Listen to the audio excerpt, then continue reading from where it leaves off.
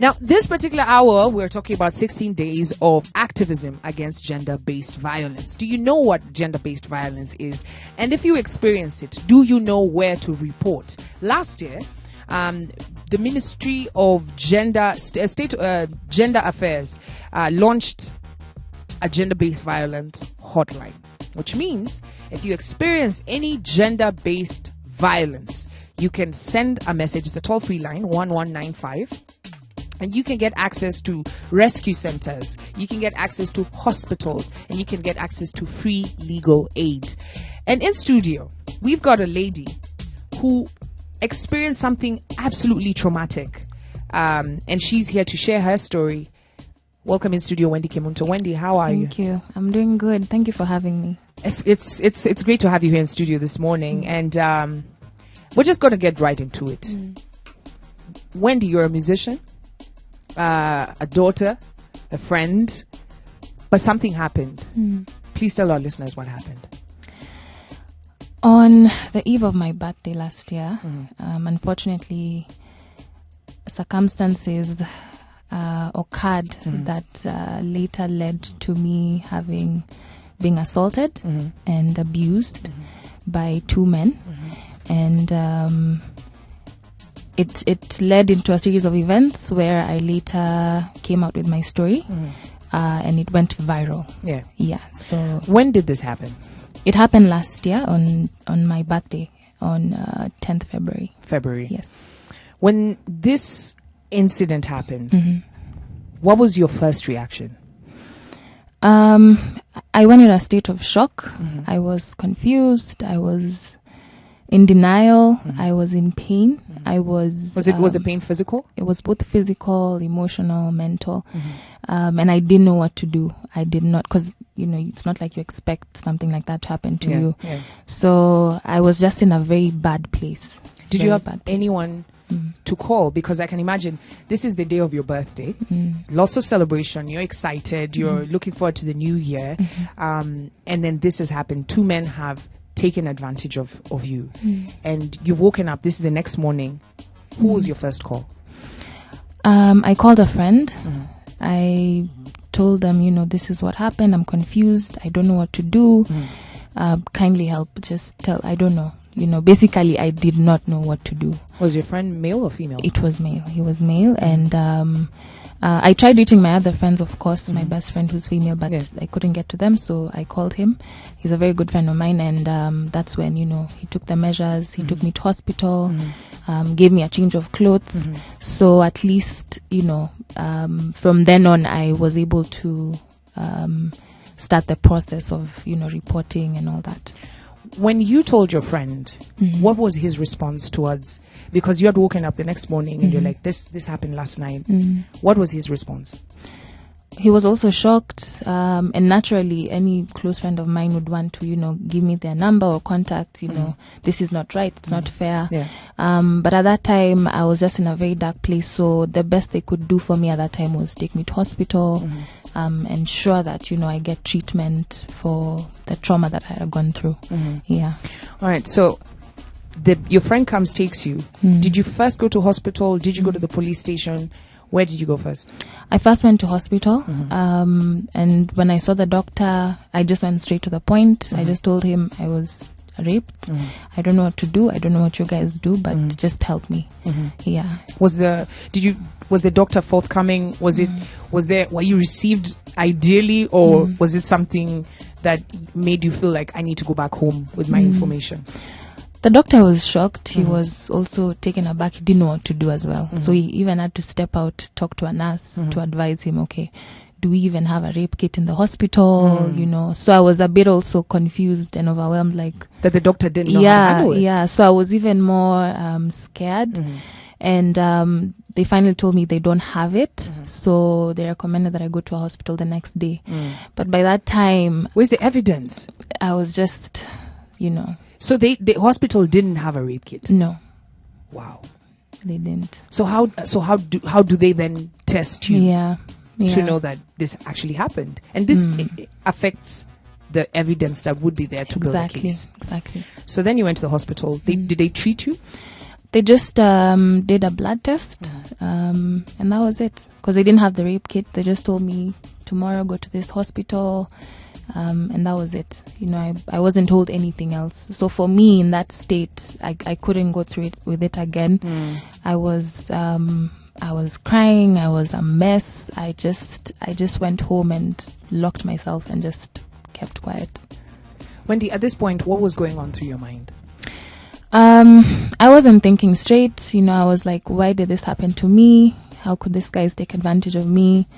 What do I do? Will I get over this? Like, so many things. Yeah. And I didn't know.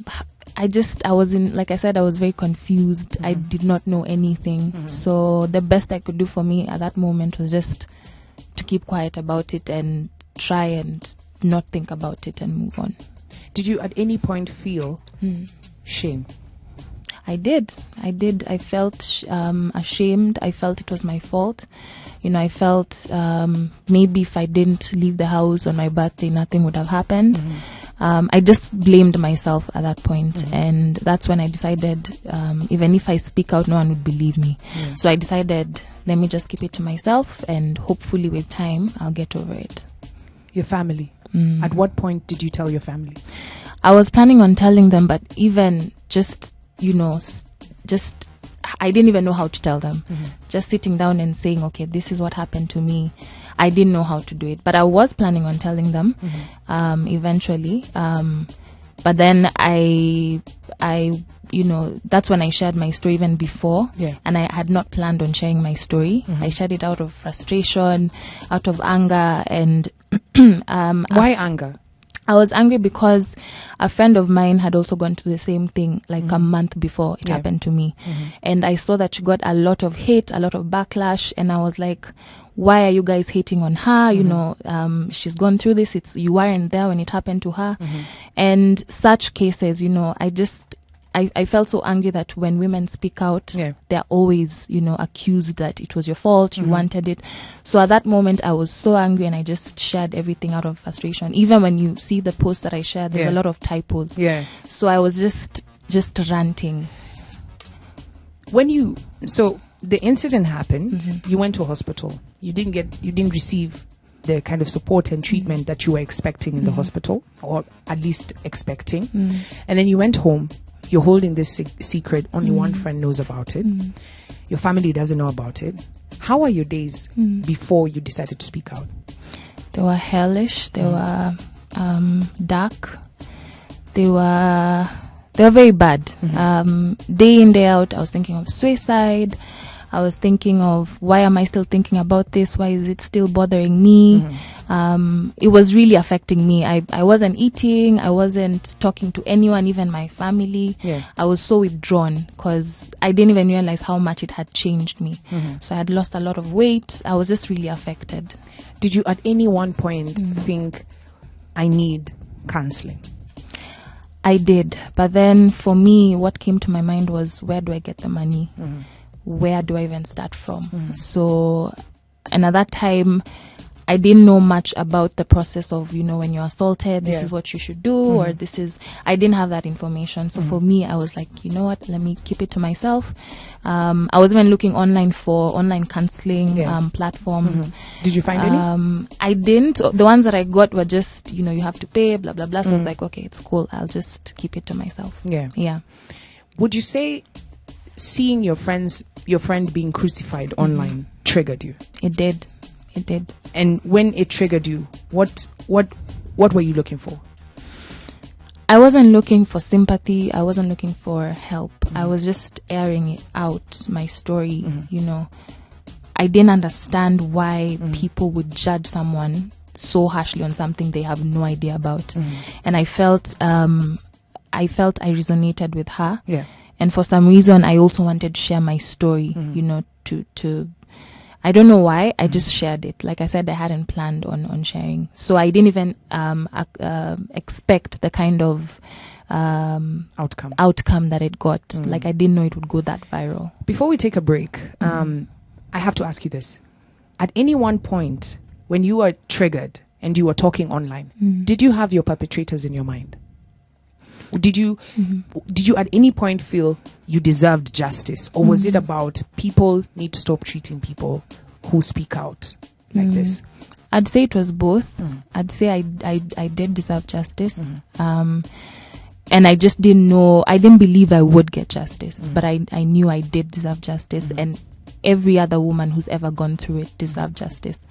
Because even by that time, before I have female friends who'd come to me and tell me, this is what happened, a guy did this to me. So many cases of women had already happened by that time. So I was so angry that it's become a norm that every time a man gets to walk away free from such injustice. So you were speaking out because you were helpless? Yes. All right. Ladies and gentlemen, we got Wendy Kemunto in studio. Any questions you've got, #VibesMVP. You can follow the conversation live by going vibesradio.co.ke. And when we come back, we'll be taking the next step. Remember, 16 days of activism against gender-based violence. How are you marking this 16 days? Vibes Radio, we rule the nation in this generation. It is Vibes Radio that you're listening to, 24 minutes to 9 a.m. And we're here to serve you nothing but good vibes only. Remember, it's Brian Mbunde and Wendy Kemunto, who's here in studio to share with us her story as we, of course, highlight 16 days of activism against gender-based violence. What are the stats? The numbers are scary. 1 in 3 women in Kenya have actually experienced gender-based violence in the past year. Wow. Yes, 1 in 3 women. And 32% of young women aged 18 to 24 have currently experienced it in the past year. And around 18% of their male counterparts have experienced it. So as you can see in terms of the numbers, it's mainly women who experience GBV versus it's mainly women who experience it versus male. Yeah. So, Brian, would you say you're a feminist? Yes, I am. Yes. Because I support equality in society. Yeah. I support people given equal opportunities in terms of growth, in terms of career opportunities. In terms of everything. Everything, yeah. It is so disheartening, the videos that we've seen surface on the net of women. First, the one that for me it reached a point I was just like, I think we need to address this. In Parliament, when a member of Parliament stood there and told a female member of Parliament, Nyamaza ndakuslap. We've seen our former governor slap our women rep. I mean, there's a lot of gender-based violence meted against women. Yes. And the stats are telling us 1 in every 3 women. Let me break it down for you. 1 in every 3 women. That could include your mom, your sister, your wife, your daughter. And so, for men who say that they can't be, that they're not feminists, sijui naishi kwa dunia gani. Saizi kwa ma3 unatusikiza 14 sita. Yeah. Among those 14, let's say 14 women, 5 of them have experienced it. Imagine. Yeah. And what we're saying is for you to be, you supporting and saying no violence against women does not mean that there'll be violence against men. That's what we're saying. We're saying violence against everyone. Gender-based violence is a no. And we got Wendy Kemunto in studio. Now, her story shook the nation, and literally for the first time, we saw justice. But before we took the break, we talked about how something online triggered you to say enough is enough. Yeah. I'm going to speak out. Yes. Everybody must know my story. I don't care what happens, but everybody must know my story. Since the incident, had you spoken to this gentleman? I did. I told them, you guys took advantage of me. You guys raped me. This is not acceptable, back and forth. But, they laughed it off. Or rather, the one person I talked to, they laughed it off. They dismissed me. They're like, you go get your life, So go in get his mind, a lawyer. When you're telling him this, hi, this happened, what was his response? He just laughed it off. He just dismissed me.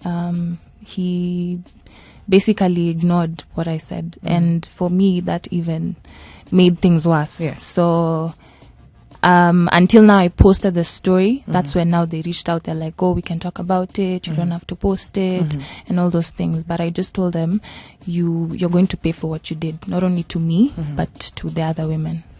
So in this space where now he's seen, okay, you're not playing. I could go down for this. Was he responding to you saying, I'm sorry, it happened, kindly forgive me? Or was he saying, stop maligning me? Basically, yes. He never apologized. He never said sorry. They never were remorseful. Nothing. Even during court, nothing. Wow. And how did that make you feel? It triggered me more. It, for some reason, I got pumped up and I said, even if no one believes me, I'm going to say my truth. I'm going to stand by my truth so that no other woman in future will be affected by this. And when I shared my story, it was overwhelming, the messages that I got from women, even men. What are they saying? Crazy stories, like what they went through. You'd think mine was bad, but I was actually crying when I heard other people's stories.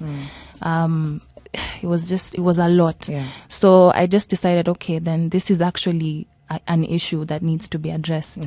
I didn't know at that point what I could do to help, those other people who'd come forward. But it just showed me something needs to be done. All right, Wendy, I hate to have to do this, but just to clear the air, because there's been a lot of talk online, even when we posted the poster and told guys that you're coming here, there's a lot of people who came in and said, no, she's cloud chasing. No, she's not saying the truth. She's just trying to bring these guys down. Did you, at any one point, go with the intention of, I'm going to malign these guys? For me, I wasn't cloud chasing. I wasn't looking for any, big fame moment. Yeah. I mean, already by that time, I had been on Coke Studio, which is a huge platform. Yeah. So why should I, go the extra mile of using this story to push my music? Why should I, sit down and plan a whole lie of, okay, so I'm going to say this is going to happen. No, this happened to me and I shared my story. And at the end of the day, people are entitled to their opinions, but I stand by my truth. At what point did you tell your family? I told them after the story broke out, but thankfully, of course, they were shocked, but they were very supportive, very supportive till now. They're very supportive. They really encouraged me. They told me whatever happens, stick to your story. Don't let anyone bring you down. So I'm really grateful for that. So now the story is out. The guys are begging for forgiveness, or rather to pull it down. But you have made up your mind. What was your plan at this time? I didn't have a plan at that time. It just happened. But at the back of my mind, all I knew was this story needs to get out. These guys need to be stopped. That's all I knew. And that's when now, eventually different societies like Law Society of Kenya, FIDA, that's when they approached me, Then I saw, okay, we can go through the legal process, and that's how it started. So at this point, when they're approaching you, they've seen the story online. And when they're approaching you, did you feel any level of fear? I was scared. Because I didn't know what to expect. I didn't know what was going to happen. As much as I was scared, I was still sticking by my story. I didn't know where the strength came from, but I was still hoping that something good might come out of this. At this point, you have no evidence because you didn't get the rape kit. It's your word against these two guys. Yeah. How are the court proceedings? The court proceedings were very long. Yeah. They were very intense. I remember for me when I took the stand, I got in at 8 and I got out of the stand at 5 p.m. So it was a whole day of drilling, and mostly it was the defense. And for me, it was very harsh. It was very tough. But I'm glad, I presented my case, I told my story, and the judge saw that, I was saying the truth. Yeah. Having to hear and having to repeat the case over and over again in court, did that at any one point make you feel like, maybe let me just leave this thing? At some point, yes, I was really discouraged because, narrating the story over and over, it's not easy because you get flashbacks and all those things. But like I said, for me, I was very low. I was a very bad place, but God was my strength. So I just decided, whatever happens, God, I just leave this all to you. Give me the strength, just guide me. So I'd say it wasn't my strength. Basically, it was God who was guiding me through the whole thing. The day the ruling was announced? Where were you? I was actually packing I was packing my stuff. I was actually heading to a show in Uganda. So when my mom called me and told me, this is the ruling, I was like doubting at first, because honestly I wasn't expecting. Yeah. Because in Kenya, as far as I know, I've never heard of any over 18 case that got justice. Yeah. So at first I had doubts, but then when she told me, I was so happy. I was just happy that it's over, that I got closure in a way. Yeah. And I made sure, like, when I was going to Uganda, I just had the best show ever. Did you then, have you since sought counseling? Because this is something that you're probably dealing with as you're going. Have you sought counseling? At that time I did. I had to go through counseling. That's actually one of the main things that really helped me. And it was a long process. I'd say it's a huge. It's you have to be open to receive, therapy. You have to be open that this happened to you. So it was quite a journey. Still is till today. Whenever I feel low or triggered, I have someone on call, like a counselor I can talk to, and she really helped me through. A lot of women who've gone through this kind of violence have expressed, feelings of maybe I look at men differently. Is that something that you've experienced? When it happened, honestly, yes. I hated men. I didn't want to do anything with men. But when I went through the counseling, when I went through the sessions, then I saw, okay, it was just these two people that did this to me. Not all men are bad. Yeah. I have an amazing father. I have amazing male friends. And even in my music, I have collaborated with amazing male musicians. So for me, it was just a matter of going through the counseling and realizing it's not other people's fault. It's those particular men. Yeah. What would you tell a lady right now who's listening to you? She's experienced something like this. Maybe even didn't get the rape kit like you did, as you also didn't get. And she's dealing with this by herself. She's probably seeing the perpetrator as she goes, because we're talking about 1 in 3 women experience gender-based violence. We're not seeing people in court, which means there's a lot of women who are listening to us right now who've experienced this, but they're carrying their secret with them, and as it's eating them. What would you tell them? I just have one quote, which I live by till today. If you don't fight, silence will kill you. If you don't fight for what happened to you, if you don't tell your story, there's always that one person who will believe you. Yeah. There's always that one person. And, the society, as we've been, I don't want to say brainwashed. We've been told we've been conditioned from a very young age. Women are supposed to be, inferior. Yeah. Women are supposed to play their role. They're not supposed to talk. When you talk out, when you speak out, you're going to be bashed. Yeah. It's time we take the power back. It's time we say our story, because this thing is happening at such a high, crazy level. Yeah. People don't know. People are suffering. Yeah. People are going through hell. Yeah. Not only young women, even women who are married. Yeah. Because even women who, are married were telling me, this happened to me 20 years ago. I've never gotten over it. Yeah. So a lot needs to be done. People need to speak up, and, change needs to happen, even from our government. Yeah. I mean, if we look at the parliament, and if that's how we, treat our women representatives, then it shows us how we treat our women in our society, which is sad. Honestly. And in terms of the system itself, were the police cooperative in terms of assisting you? Did you go to the station and the first person that you met, let's say at the police station, was it a lady? Were they receptive? Because you see, most times guys usually say, if it's a lady, maybe they might bully you, or if it's a guy, or they ask you questions they ask you questions which will make you feel, let me just go home.